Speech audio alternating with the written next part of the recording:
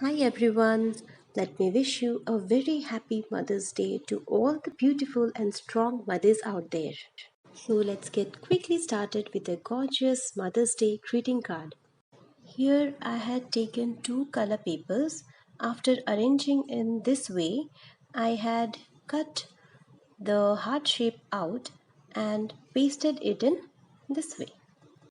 After arranging all the cut pieces, such as a label of Love You Mom and some glitter heart pieces, I gave my little one to do the finger painting on the greeting card. I had given two different types of colors, yellow and white color, where he is continuing doing his finger painting and he was literally enjoying doing it.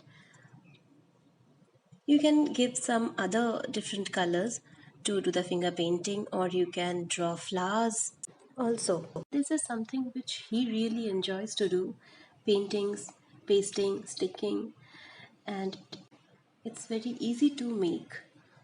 We can also take some other different colors of color papers and different shades of stickers to paste to make it more colorful, attractive, and very funful for kids.